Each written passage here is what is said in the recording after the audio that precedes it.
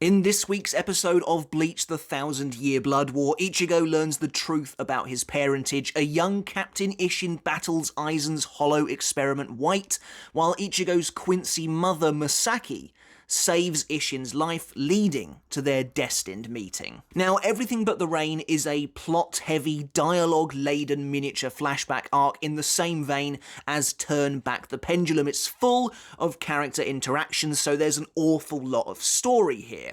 Considering that, I'm expecting this to be quite a lengthy review, so let's just dive right in. As always, I'll be looking at this episode from the perspective of someone who has read the entirety of the 1,000-Year Blood War arc, meaning there will be potential spoilers for the entire arc to follow as we take a look at this episode to see what it added, what it changed, and what it took away from the source material. Before we get started on the video, guys, if you haven't hit subscribe yet, make sure to do that now for more Bleach content like this every single week. As the year draws to a close, we are getting ever closer to 200,000 subscribers, which is absolutely incredible. So if you want to be part of the push to get us there, I really would appreciate it. Also, if you enjoyed the video, don't forget to give a thumbs up as well to help support me and the channel. If you want to take that support for me another step further, I do also have a Patreon as well. And as always, I want to give a massive shout out and say a huge thank you to everyone supporting me over there on Patreon. I really do appreciate your support. So as expected, this was a very busy episode. There's an awful lot of plot being covered here at once. There's a lot of chapters being covered here in episode 11 as well, which means that things do feel a little bit rushed, and as we'll see moving forwards in this review, there is quite a bit of cut content this week, but overall I think they did a great job at really bringing Everything But the Rain to life, or at least the first half of it anyway. Unlike some of the previous episodes where a decent chunk of the runtime was taken up with a fight, which can be fairly easily extended and quite liberally as well, like I said, Everything But the Rain is very plot driven, very plot heavy. There's an awful lot of dialogue here, and the only fight featured in this flashback arc is actually quite a short one as well. So I think that explains, or at least goes some way to explaining why a sizable amount of content has been taken out this week, because there just is so much they have to fit in here, and there really isn't much room to expand on any of it. But as always, before we get into the review itself, we first need to take a look at what was actually covered in this week's episode, episode 11, Everything But the Rain. And as far as the chapter titles go here, there's an awful lot of Everything But the Rain coming up. So in this week's episode, there were 5.5 chapters looked at, and they were as follows. So firstly, we have chapter 528, simply titled Everything But the Rain, which of course is the title of this week's episode as well. Following on from that, we have chapter 529, Everything But the Rain 2, The Rudiments, 530, Everything But the Rain 3, Dark of the Moon, 531, Everything But the Rain 4, Dark of the Bleeding Moon, 532, Everything But the Rain 5, The White Noise, and finally the first half of Everything But the Rain 6, The Gravitation. However, this episode doesn't open with the continuation of 528 from the end of last week, but instead with the opening scene of the following chapter from the start of 529, featuring Oetsu and Renji in the Royal Palace. Now, honestly, this makes loads of sense to me as far as the actual structure goes. This probably makes more sense than the way it was laid out in the source material. In the original chapter, this scene between these two characters doesn't happen until after Ichigo has already started talking with Isshin regarding his past, and actually I think it works better like this, following on from the events of the Royal Palace last week to then lead straight into this moment between Oetsu and Renji, allowing the flashback that Isshin tells to go completely unabated. It does still make sense in the original chapter because 528 is mostly still set in the present day and it doesn't really begin to transition into the flashback until the very end, so it does still work to start 529 in the present day as well, but I do think this flows on the whole better. Immediately, however, Oetsu's dialogue to Renji about how he's surprised that Renji said nothing in protest to Ichigo being sent home, how he thought Renji would be really angry that after everything Ichigo Ichigo has been through in regards to their training. He was kicked out just like that, and he didn't say anything about that, which surprised Oetsu. That is cut from the episode. Oetsu's exposition regarding the Zanpakuto and the Asauchi continuing on from last week is left mostly totally untouched here, and actually I really enjoyed our extended look at young Zaraki picking up, stealing the Asauchi from the corpse of that Shinigami. Interestingly, and this is the same in the original chapter as well, the blade that Zaraki picks up here is just a totally nondescript looking sword. It has none of the distinguishing features that we would see on Zaraki's Zanpakuto in the future. Now, considering that we eventually do get Zaraki's Shikai and bankai, we know for a fact that his sword, as it appears for the entirety of the story up until now, is not in fact in some kind of constant release Shikai, as many of us and characters in the story went so far to believe as well. But actually it is in base form this entire time, which implies even though Zaraki couldn't speak to his Zanpakuto, he was still at least able to imprint his soul on it, at least to some degree, which is why it now looks the way it does. I appreciate that I am probably bending over backwards slightly to retrofit something that Kubo himself hadn't really thought of at the time, but it does still make some degree of sense. So presumably, all of the Asauchi that Oetsu creates look exactly the same. These totally standard swords with no distinguishing features on them whatsoever, and only when a Shinigami undergoes the most basic level of connection with their sword, where they imprint their own soul upon it even slightly, does the blade, even in base form, begin to take on the appearance that it would have moving forwards. Although we get the same close-up on Oetsu's face here, his line where he definitively says not a single one, referring to no Shinigami in existence since the dawn of time, since the dawn of Soul Society, has been able to gain access to their Zanpakuto without first using one of his Asauchi, is cut from the episode. After the intro plays, we then return to chapter 528, carrying on directly from the end of last week's episode. As Ichigo realizes he has been sent back home, we have some more cut content. In the original chapter, upon gazing at his home, Ichigo goes through the motions where he suddenly realizes he is no longer in his Shinigami body and has in fact been returned to his normal human self. He recollects that he left his human body at Urahara's shop just before they made their initial trip to Waco Mundo, so he's been a Shinigami for quite some time now. But he ponders, who on earth brought my body back to my house? Perhaps it was Urahara, since it was left at his shop, so he calls out to Urahara, but upon getting no response, Ichigo realizes it must have been somebody else. His father. This has always been kind of funny to me because presumably when Oetsu sends Ichigo back, Ichigo just kind of wakes up back in his human body. I guess somehow his soul re-enters it and there's no need for any kind of Jikongan or anything like that. But presumably, since he wakes up outside his house in the middle of the rain, is that where Isshin left his body? I have no idea, but it's quite funny to think. But yeah, all of this is cut from the episode. Isshin opens the door to try and greet Ichigo, but of course Ichigo has run off. Now I mentioned this in my live reaction, but I want to bring it up again and really just praise the artists once again of the 1,000-Year Blood War arc. I feel like it is such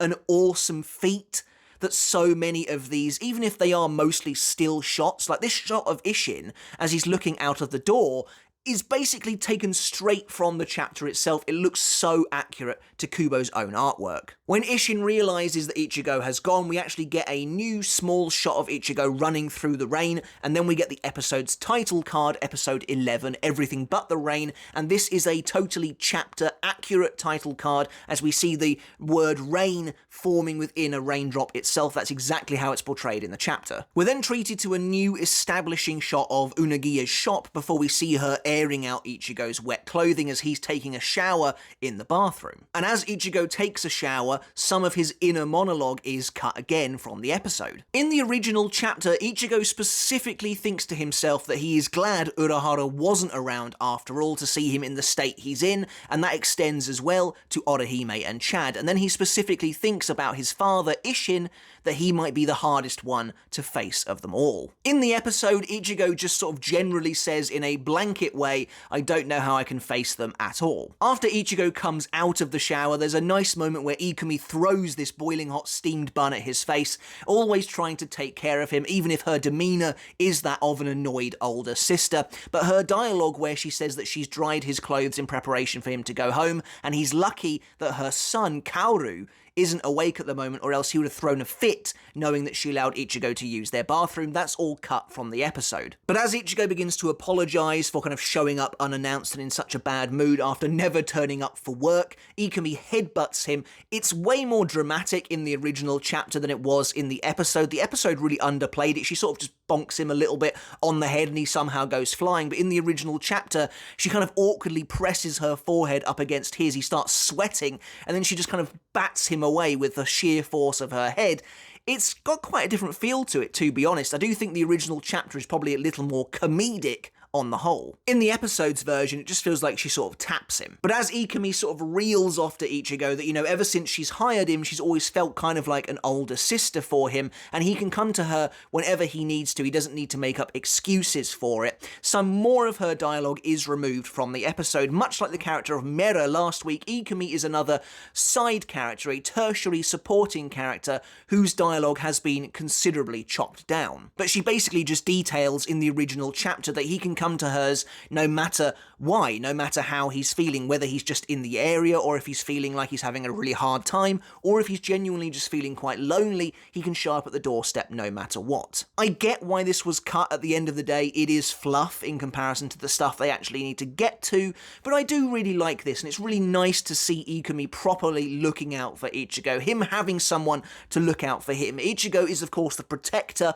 but somebody needs to care for him every once in a while. Of course he's got his friends, but this is a real existential crisis that Ichigo is having at the moment. He doesn't feel like he can face those the absolute closest to him, those that know of his life as a Shinigami, those that know his power, his feats, everything he should be able to accomplish, so instead he turns to a much more human companion in Ikumi. Ichigo's jokey response that Ikumi is about 10 years older than him, so calling her an older sister might be pushing it a little bit, leading her to try and kick him, that's all cut from the episode as well. Again, following on with this trend in the 1000-Year Blood War anime of gutting almost all of the comedic moments. Their light-hearted argument that follows is also cut as well, which again is a little bit of a shame because it really shows Ichigo in an almost uncharacteristically jokey light, a jokey nature, and considering how bleak everything does kind of feel at the moment, it is a nice, if momentary, reprieve. But like I said, Ikumi is not a big character, so it was nice for her to get a moment like this. I'm glad she's here in the anime at all. It is really nice to see her again. She's a great holdover from the Lost Agent arc, and it's just nice to know that Ichigo does have somewhere he can go. The first person he thought of, who was obviously in the vicinity at the time, was Ikumi when he was in this kind of dire situation. But luckily they do at least include his somewhat relaxed smile as he begins to loosen up a little bit when the doorbell rings, but of course that's all suddenly washed away in an instant when Isshin arrives in his Shinigami outfit, a deadly serious look on his face. Of course, Ichigo then leaves Ikumi's place. A small scene again is cut where she tells him to take an umbrella and we see that he's grabbed one as he leaves through the door, but he does still thank her for her help. After Ichigo leaves, Ikumi realizes he's forgotten his substitute Shinigami badge. Now, I mentioned in my live reaction that I couldn't quite remember if the badge is normally invisible to regular humans with no spiritual awareness whatsoever. So I went back and had a look, and it turns out I was right. In the Lost Agent arc, Ichigo mentions that now that he has lost all of his Shinigami powers, the badge itself has stopped working, and the invisibility field surrounding it has vanished, leaving it a regular piece of wood that everyone can see. Now that Ichigo has his powers back, so too should the badge, so it does feel like a small hint on Kubo's part that Ikumi is at least somewhat spiritually aware.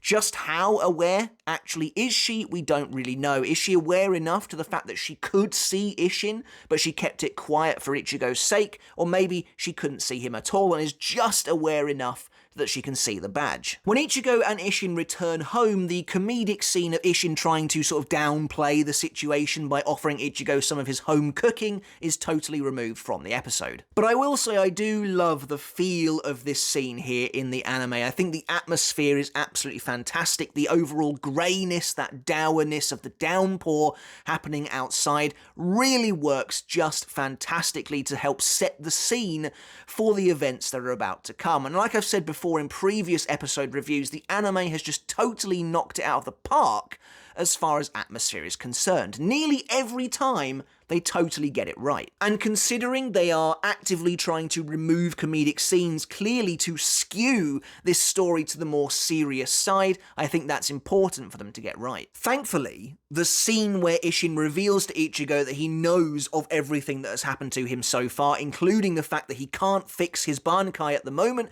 because he doesn't know anything about who he really is or where his heritage, where his powers come from, is left almost totally intact, right down to Ichigo's totally distraught expression as he just grapples with his father. I always thought this scene was really well executed in the original chapter. There's very little dialogue. Ichigo himself doesn't say anything, yet you know exactly what's going through his head at the moment. You get the sense that this is a truly exhausted Ichigo, someone who has just had enough of it all, of the secrecy, of the hiding, and finally wants the answers that he is so desperately owed. He is desperate to finally know the truth, but he's so exhausted with it all that he can't even get the words out, and so instead you just get this absolutely raw expression on his face where you can tell he is pleading with Isshin to kind of put him out of his misery and finally tell him who he is, where his powers have come from. He just has this look on his face, these massive bags under his eyes, and of course within the story of Bleach itself, this is a major milestone moment in Ichigo's developmental arc.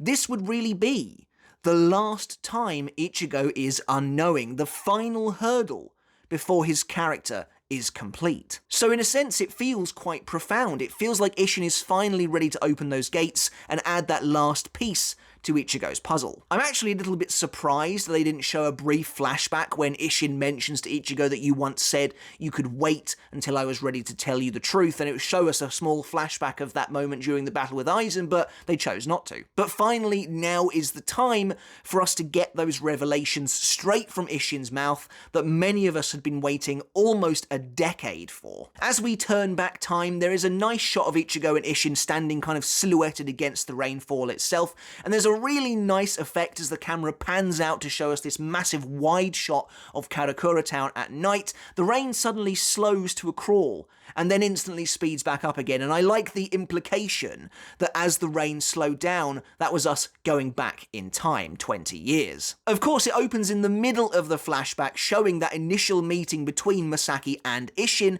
where she finds him lying injured on the floor. We have no context for anything that's going on, and the majority of this is cut from the episode, but of course that makes total sense. Really, this initial version of their first meeting was only there to act as a cliffhanger, but here in the episode, that same meeting happens later anyway, so there's no need to have it play out in full here as well. Anyway, with this tease now in place for Isshin and Masaki's first meeting, that signifies the end of 528. Now then, since the opening pages of 529 were actually at the start of this episode, we can move straight into the goings-on in Soul Society 20 years ago. Interestingly, Matsumoto's entire introduction scene is almost totally different here to how it was in the original chapter. In the original chapter, Matsumoto is seen running around the Squad 10 barracks trying to find Isshin, as some fellow officers comment on how she's always got so much to do, how everything is so difficult for her because of the captain. Matsumoto then grabs a tray off of one of these officers and proceeds to launch it into a nearby tree, successfully knocking someone out of it. Of course, this person would turn out to be none other than Isshin Shiba, the captain of the 10th Division at the time,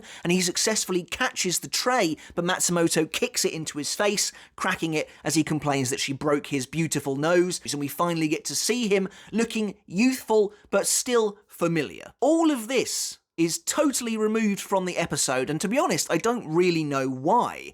The scene plays out essentially the same, but mostly just lacking almost all of the personality from the original chapter. Noticing that the tree is rustling ever so slightly in the episode, Matsumoto kind of just walks up to it and kicks it, causing Isshin to fall. It's weird because Matsumoto still says bullseye when she kicks the tree, which doesn't seem to make sense here, as opposed to her flinging a tray at Isshin instead. But the lines are kept mostly the same. In the original chapter, Isshin of course mentions that she broke his beautiful nose, whereas here in the episode, she instead apparently broke his tailbone, but the sentiment is the same, and he says that he's going to have to take the day off. But the entirety of the conversation that follows between Isshin and Matsumoto in this next scene in the chapter is again totally removed from the episode. From Matsumoto talking about the potentially wounded pride of the Shiba family clan, to Isshin jeeringly mocking Matsumoto, saying that he knows she is slowly shifting her workload onto him, all of this interaction is gone from the episode itself. And yeah, I think that is a bit of a shame, because I loved seeing their relationship blossom here. It was really nice to see Isshin interacting with these characters that we have known for years. It was nice to see how their relationship worked, with her being his vice captain, seeing how over the top and goofy Isshin was even 20 years ago, but also seeing the dynamic of their relationship as superior and subordinate,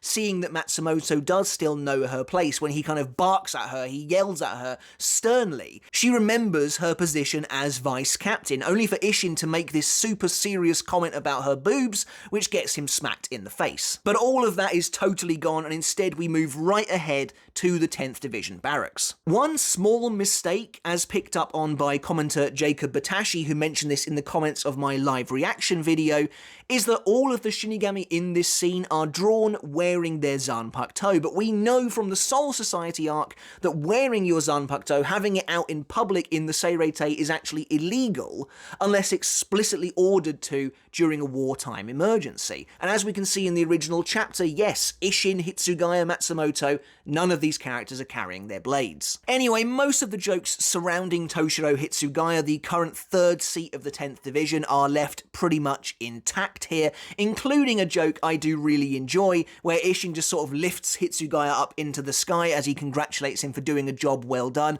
I always loved how kind of nonchalantly ridiculous that scene actually is, and how humiliating it must be for Hitsugaya, but he doesn't let on that he's bothered by it. To Hitsugaya talking about how he's already making good progress with his bankai training and therefore would make a much better candidate to be captain than Matsumoto. And the funny thing, of course, about that is it turns out to be true. I am kind of surprised, looking at this episode as a whole, at some of the dialogue that was cut, only for them to leave in like the entirety of Isshin's Manju joke. Anyway, Hitsugaya goes on to detail this new report that's come in, stating that there have been more Shinigami found dead in the human world, specifically in Noruki City, which is a nice callback to the Lost Agent arc, as Noruki City was Execution's base of operations. Isshin takes off to see to the matter at hand. I always found Isshin leaving like this to be extremely abrupt, and it did feel very rushed to me. Again, this is not an anime issue, this is an issue with the original chapter itself, but it obviously felt like Kubo had a lot to cover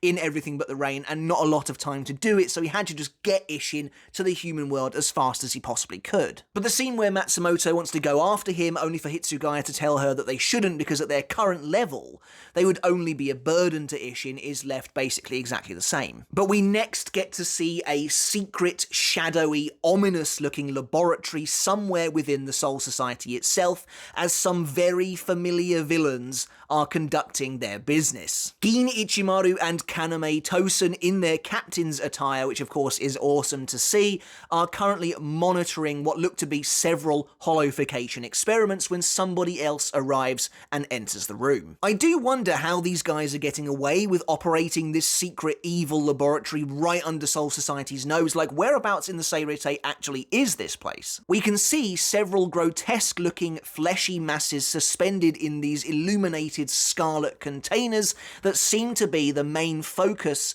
of their experiments, and of course these are the same masses that we would later see clogging White's chest. Even though it is very obvious who the third and final conspirator is that has arrived in the laboratory, I do kind of wish the anime had obscured his face slightly better, because Kubo goes out of his way to hide Sosuke Aizen's face until the reveal at the end of the chapter. But I have to say, his reveal is done excellently here as well. He looks fantastic, with of course the very sinister and creepy purple lighting covering his face, reflecting off of his glasses. Of course, purple being the trademark colour of the Hogyoku and of Aizen himself, so he looks right at home in this shadowy environment. It's done really, really well, and of course this cliffhanger where Aizen gives us his wonderful catchphrase where he says that everything is currently under their control signifies the end of 529. But the setting is really well handled, I think. These deep purples and these red highlights, these villains look right at home here, and I really do love seeing them conspiring against the rest of the Gotei 13 as they try and conduct their holofication experiments using Shinigami souls that they have obviously shaved away from Gotei 13 officers. As they continue to escalate their plans, I love that Aizen mentions they are still actively searching for Shinji Hirako and the rest of the Vizards, clearly aware that they didn't die, they didn't simply disappear, that Urahara somehow spirited them out of the Soul Society, and I love that they're still trying to root them out. As Isshin himself arrives in Naruki City just as the sky begins to cloud over, he talks briefly with the two officers stationed there. Isshin gives them permission to go home should it start raining, as the previous Shinigami stationed in Naruki City were all murdered when the rainfall began. In the original chapter, we then see a strangely familiar shadow appearing through the mist, whereas here in the episode we actually get to see White almost in his entirety, though he is somewhat obscured by being so far away from the camera,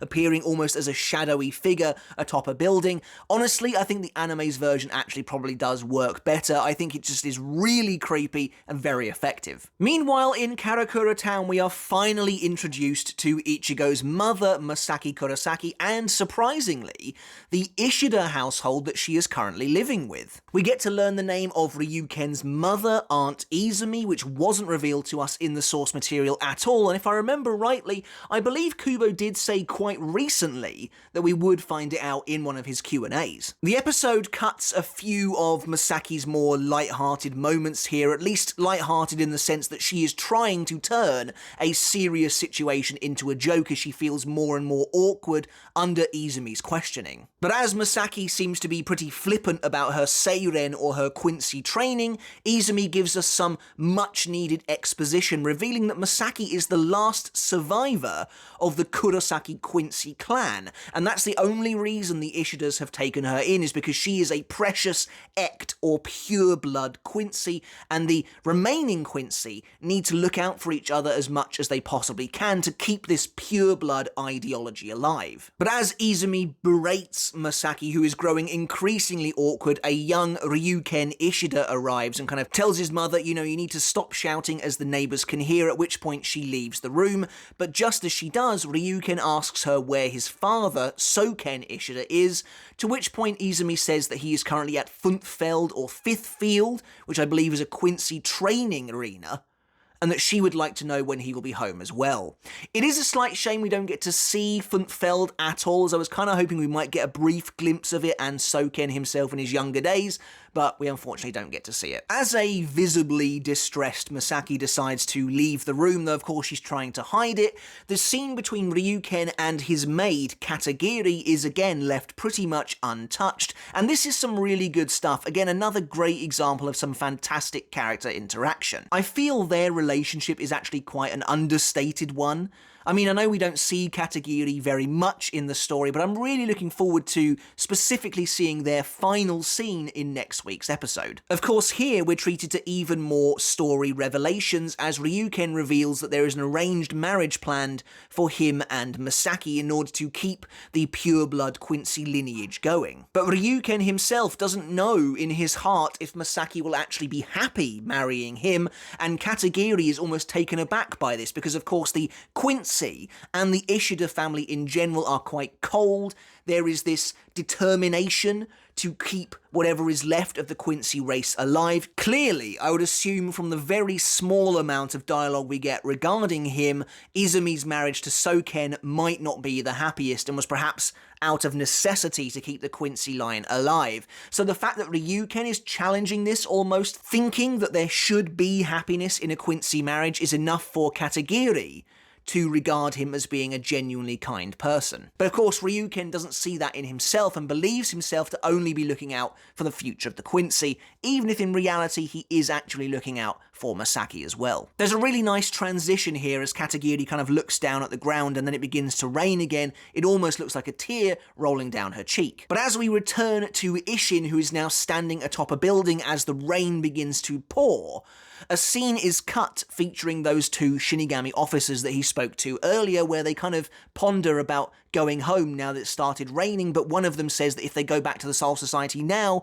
they'll be penalised for leaving their posts, so instead they should just stick around and allow Isshin to deal with whatever the problem is. Deciding to try and lure in whatever is attacking Shinigami with his Reiatsu, Isshin unleashes his power in a really cool scene, but the other two Shinigami are killed regardless. There's a great shot straight from the chapter where one of their faces is cut in half horizontally. It is so gory, and it is right there front and center. We would never have had something like that in the original anime. But as this strange alien-looking hollow suddenly lands behind Isshin, that brings us to the end of chapter 530. There is a wonderful soundtrack that plays here that, in my opinion, really invokes those kind of earlier Bleach anime days, featuring, you know, some of the creepiest soundtracks they had at their disposal. It works really well here, as White slowly turns to face Isshin, his eyes gleaming red in the night sky. It looks really fantastic, and they bring this absolutely creepy character to life in an excellent way. And White really is this terrifying enigma of a being in the world of Bleach. You know, he looks downright terrifying, from his jet black spiky armor to his skull white visage to his, of course, blood red eyes. The fact that he is this thin, lithe figure, not looking anything like a normal hollow at all, almost humanoid in comparison. You know just by looking at him that he is deadly, dangerous, and extraordinarily powerful. But you can also tell just by looking at him that something is not quite right with this guy, whether of course it's those extremely familiar blade-like jagged horns, or of course the bulging, seething red mass being used to fill the hollow hole in his chest. Something is going on here. As we begin chapter 531, White unleashes this horrifying, blood-curdling scream that of course is very reminiscent to the shriek that Ichigo gave off during his battle against Ulquiorra in his fully hollow-fied form. But as White lunges for Isshin with his massive blade-like arms, and Isshin prepares himself to take on this strange creature, a page is missing from the original material. The missing page shows Aizen and his cohorts monitoring the situation from inside their lab. When they realise that Isshin has turned up unannounced, unexpected, and will seemingly interrupt their tests, Aizen states that he wants to get a closer look at the battlefield if he possibly can. This is all missing from the episode, and it would have been useful to have, I think, as it gives some context as to how and why they even turn up on the battlefield in the first place. But there's another reason I'd have liked to have seen this as well. I like it because it shows that Aizen didn't in fact plan everything perfectly. There were unknown variables that were added to the mix, things he could never have predicted and things he didn't have control over, but adapted to nonetheless. As Masaki senses the clash of these two enormous Reiatsu happening in the neighbouring Naruki city, she takes off, trying to escape the Ishida Manor, only to be intercepted by Ryuken. Ryuken, of course, tries to keep her inside the manor to keep her safe from harm, telling her about the importance of her pure blood nature. Most of the conversation they have here is basically the exact same as it is in the source material, though I am surprised the anime didn't offer any kind of explanation for what the terms Ect and Gemisht actually meant. Of course, in the original chapter it was given to us handily as a footnote, but here in the anime they can't really do that. Now, I appreciate it's not really that hard a concept to grasp when you hear him calling her one thing and calling characters like Katagiri another, who they would instead send out to deal with issues like this. It's pretty obvious that they are trying to keep a certain lineage alive. But regardless, I'm surprised they didn't throw something in there anyway, as they are two fairly important terms. But Isshin continues to battle White. It looks really nice. Again, I love the atmosphere. I love this fight being set at night with only a few eerie street lamps able to light this battle as it's going on. White, of course, looking genuinely horrifying, almost camouflaged against the darkness, save for that white skull-like face of his and those blinding red eyes.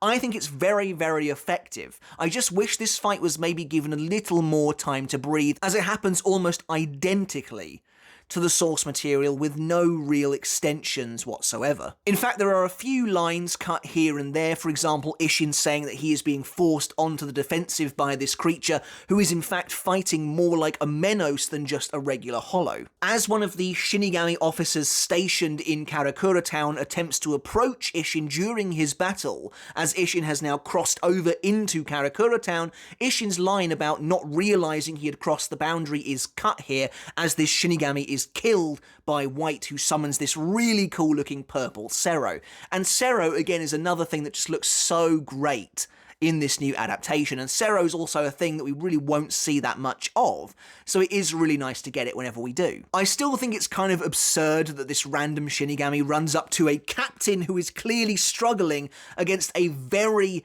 vicious and ominous looking hollow and kind of expected to walk away from that alive, but you know, you get what's coming to you, I guess. But Masaki's defiance in the face of Ryuken's protests is also left the same. That character-defining moment where she turns to face him as she can sense the battle is escalating. And she says, you know, she admires Ryuken for always looking out for the future of the Quincy, for thinking on what's best for his family and for her, but she isn't him. And if she allowed protocol to force her to stay inside on this night when she knows that someone is in danger out there and that person died, that would weigh on her forever, and it is just not her to do that, to leave that person struggling. Of course, a lot of this is reflected in Isshin as well. It's a really nice cyclical moment between these two characters. You get the sense they are two halves of the same whole, and of course that core character tenet of being the saviour, of wanting to be the protector, of not wanting to sit on the sidelines while someone is being injured or even being killed, would eventually come to be embodied by none other than Ichigo himself. Now, as I thought in my live reaction, Isshin's line regarding White growing stronger and smarter every time it eats and kills a Shinigami is actually brand new, so I find that to be quite interesting. But Isshin, in response, after clashing once again with White, activates his Shikai Burn Engetsu. It looks really fantastic. Again, seeing those flames on his blade against the backdrop of the cloudy night sky works really well, and as he charges at White, he is suddenly struck down from behind by Aizen. Aizen, Gin, and Tozen's arrival on the battlefield as they step out of the shadows wearing those familiar Reiatsu concealing cloaks signifies the end of 531. Unfortunately, as we begin chapter 532,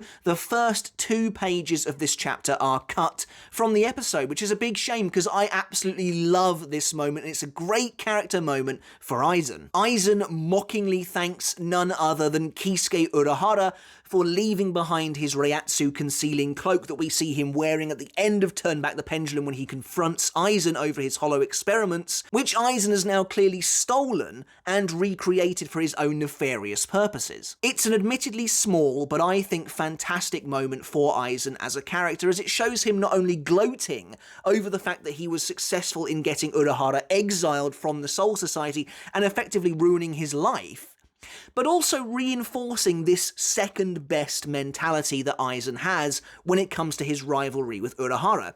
The Reiatsu concealing cloak doesn't seem to be an invention that Aizen would have ever known how to create, or at least would have ever thought of. Instead, the best he can do is steal Urahara's invention for himself. It's just another excellent addition to their rivalry. But as Isshin lands on a nearby building, a massive slash wound now in his back, he correctly deduces that he was attacked by a Zanpakuto, not the hollow he was facing, and so a traitor must in fact be pulling this monster's strings. However, the scene where he then turns to the sky and yells at whoever this mysterious attacker is, demanding they show themselves, is cut from the episode, as is Gin's follow-up reaction where he is surprised and concerned that Isshin has figured out that they are actually there. The next page is also entirely cut from the episode, where Aizen downplays the seriousness of the situation, saying that with that slash wound, Isshin won't be able to use his bankai, as his bankai takes a huge toll on his body. Aizen basically says they should let this fight play out, because if this hollow is incapable of killing a captain who can only use Shikai, then it's a failure as far as he's concerned. But Tosen snaps back at Aizen, basically turning around and saying you should have a bit more respect for the first hollow we have created based on a Shinigami's soul. All of that interaction is missing from the episode entirely. Instead, we just get a voiceover of Aizen as he muses about White's dual nature, the fact that he is a hollow, but he is based on the soul of a Shinigami, and that is reflected in his black armor, but his white core, hence his name. But as Isshin continues to lock blades with White, of course still using his flaming Shikai, his own line regarding his bankai is also cut as well, about how he knows he won't be able to use it now thanks to this wound. And so with that, all references to Isshin's bankai are totally removed from this flashback, which feels like a very purposeful decision to me. This is something I mentioned last week in my predictions. I wasn't sure if they were going to mention this at all. And as far as I'm concerned, them removing all mentions of his bankai, removing all of those explicit teases that go nowhere, tells me they have no plans to reveal his bankai later on down the line. Instead, they're just trying to avoid that expectation that Kubo gave us in the source material. But I mean, of course, I hope I'm wrong, as the anime seems like a great place to eventually get to see it. But as the fight really intensifies, Isshin using his own blood as a catalyst to increase the size and power of his flaming blade happens so quickly in the episode that I do wonder if anime-only viewers really knew what he was actually doing. But regardless, it does still at least look fantastic, and when they clash, there is another enormous explosion in midair, and I have to say, the 1000 Year Blood War arc anime has had some pretty splendid looking explosions so far. At one point, the fighters land on this building and they totally obliterate it. All of the lights that were turned on suddenly go out, so I have to assume that much like Chad in episode 1, they've now killed a bunch of innocent people. But when Masaki arrives to rescue Isshin, she looks up at the sky, she sees that massive explosion happen, one of White's severed arms comes crashing down and lands in the ground next to her. All of this is extremely faithful to the original manga. As White corners Isshin and prepares to use a Sero at point-blank range, Masaki fires an arrow at the hollow, distracting him and saving Isshin's life. Tosen, surprised to see a Quincy there, moves to kill her, only for Aizen to stop him, saying we should see what happens next, with this crazed look on his face, which is honestly fantastic. I love they kept that in there from the original chapter. Again, another tiny but excellent character moment for our major villain. It goes to show that although Aizen is evil, although these experiments he's doing are inhuman and monstrous, he is genuinely fascinated and curious to see what the outcome will be of them. That almost mad grin on his face when something new and exciting suddenly comes out of nowhere, another variable that he absolutely could not have predicted. I think that is so awesome to see him getting so excited about the possibilities that might come of this. I just want to say that whole scene, the climax of this battle where Masaki fires a blue barrage of arrows towards White, White leaves Isshin's side and goes racing towards her. Isshin himself turns and screams at Masaki to get out of there, trying to go to her, but his injury on his leg forces him to collapse to the ground and can only watch as the hollow roars, tears towards this now seemingly helpless Quincy on the ground. Is stunningly pretty. Like, I mean, it just looks absolutely amazing here. The lighting, for starters, is so beautiful, but the artwork is absolutely top tier, and I have to say, it looks movie quality. That term movie quality has been thrown around a lot since the 1000 Year Blood War arc began, and I definitely think there have been numerous occasions where it does reach that stellar height, and this is another one. I think this climax of the battle just looks brilliant to me. And of course, White latches onto Masaki, he manages to bite her in the shoulder, there's a great silhouetted shot, everyone is shocked to see that she's taken this hit, but suddenly her plan comes to fruition. Now that White is helpless, almost nestled into her shoulder, she grabs his head and blasts him point blank through the skull. As she successfully blasts him and White's head seemingly blows up, it sort of shatters. That is the end of 532.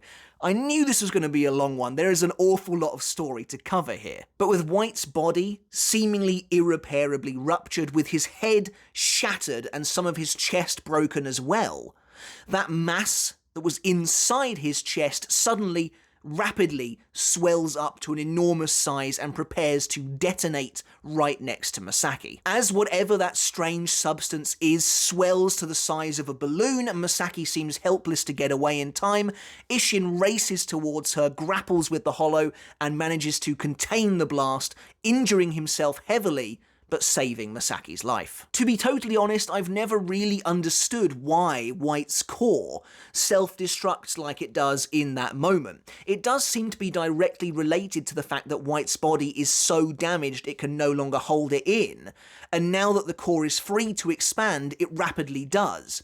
But why does it do that in the first place? Tosen later mentions that the fact White self-destructed was an indicator that he had attained the next stage of his evolution.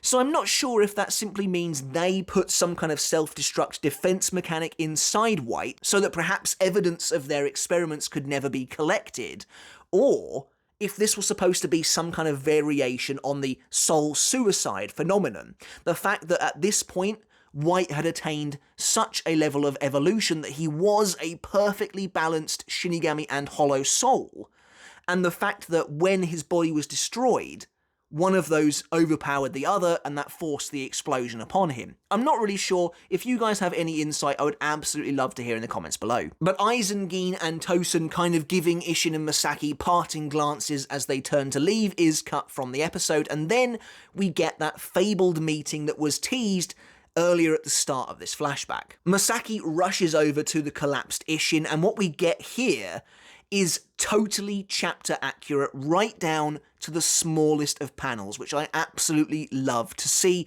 giving this scene the gravity it totally deserves. But when I say it's accurate down to the smallest panel, I really mean it.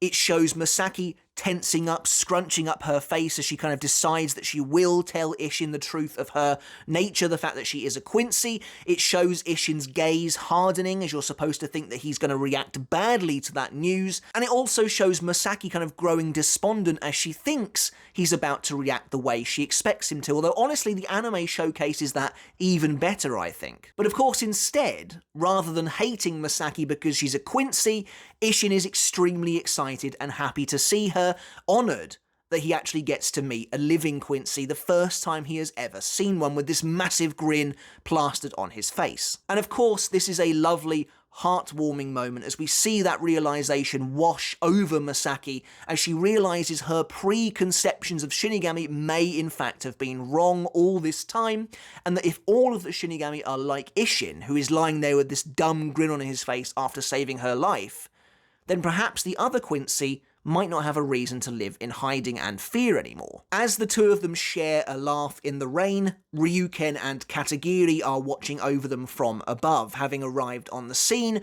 presumably to help out should Isshin have died, since the Quincy are supposed to arrive after the battle has already ended.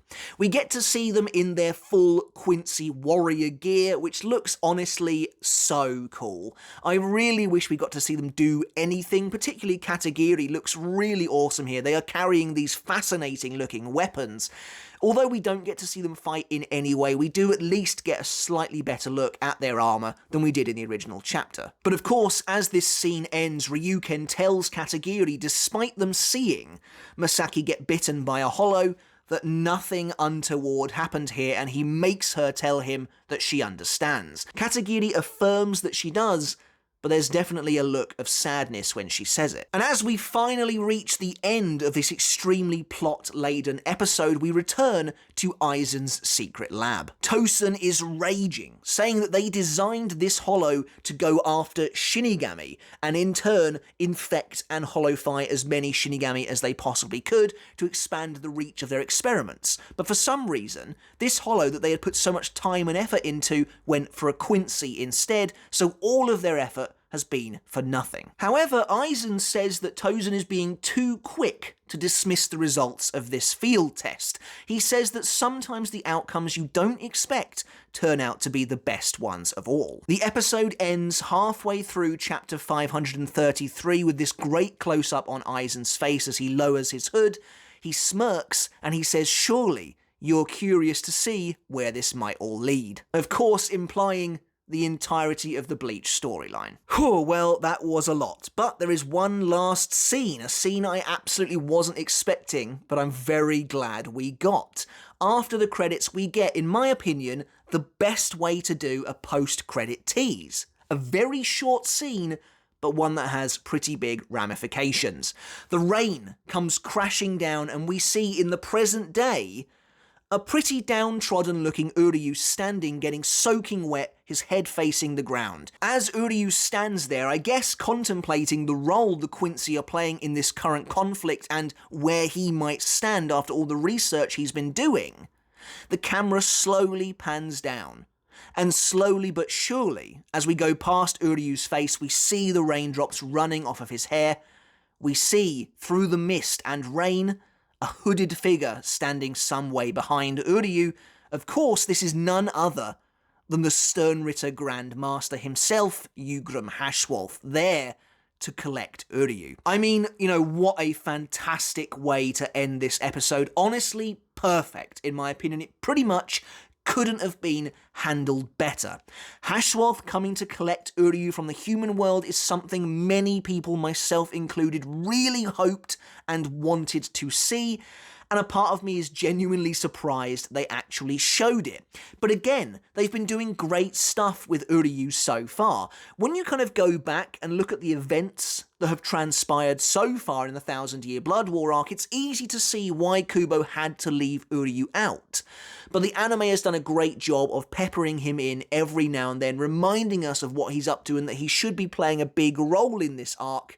And capping off episode 11 like this is just the perfect way to lead us into that finale next week. The preview poem is also really nice this week, featuring Isshin reciting the second half of the poem from last week and therefore completing the poem from volume 60. Although Masaki is the one usually described as the son, considering they now both have one half of this poem each, I could easily see them talking about each other. I mean, I thought this was a great episode, absolutely filled to the brim, as you can see from this review's runtime, with story, with plot, with intrigue, with character interaction. I really loved it, and I think they did a great job. I do think it's pretty clear and evident by the amount of cut content this week that they were definitely pushed for time. There is obviously a lot they wanted to get in here, and some stuff had to be left on the cutting room floor. Some things I'm okay with. It's very clear at this point they are stripping away almost all of the comedy to make what is a pretty self-serious adaptation. On the whole, I'm not sure how I feel about that. For the most part, I'm okay with it, although Kubo uses comedy pretty well in many scenes to either enliven something before something pretty dark happens, or just add some more personality to the characters and the interactions on the whole, but for the most part, I'm okay with it. But there are some instances where I do wish they'd been able to leave some other stuff in. Now, we'll end this episode, as we always do, with some predictions for next week. However, I don't have too many this time, as we've been really talking about the end of this season in regards to predictions for the last couple of weeks or so, so I've kind of gone over most of them already. I've given you a clear idea of how I think this season is going to wrap up.